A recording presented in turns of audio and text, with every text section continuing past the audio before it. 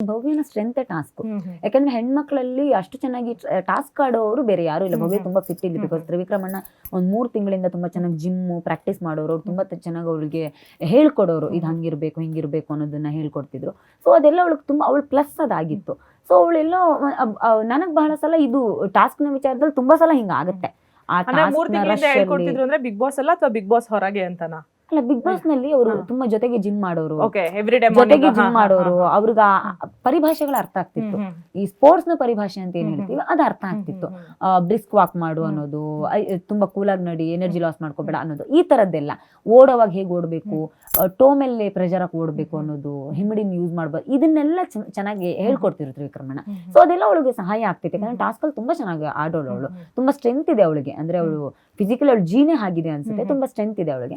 So ಆ ಆಟ ಅಂತ ಬಂದಾಗ ಅವಳು ಆಡ್ತಿದ್ದಾಳೆ. ಸೊ ನನಗೆಲ್ಲ ಒಂದ್ ಕಡೆ ಬಹಳ ಜನ ಅದನ್ನ ಮಾಡಿದ್ದಾರೆ. ತೀರಾ ಇತ್ತೀಚೆಗೆ ಅದನ್ನ ಮಾಡಿರ್ಬೋದು, ನಾನು ಇಲ್ಲ ಅಂತ ಹೇಳೋದಿಲ್ಲ. ಯಾಕಂದ್ರೆ ಟಾಸ್ಕ್ ವಿಚಾರ ಅಂತ ಬಂದಾಗ ತುಂಬಾ ಜನ ಅದನ್ನ ಮಾಡ್ತಾರೆ. ಕೆಲವ್ರು ಮಾಡಿದ್ ಹೈಲೈಟ್ ಆಗುತ್ತೆ, ಇನ್ ಕೆಲವ್ರು ಮಾಡಿದ್ ಹೈಲೈಟ್ ಆಗೋದಿಲ್ಲ.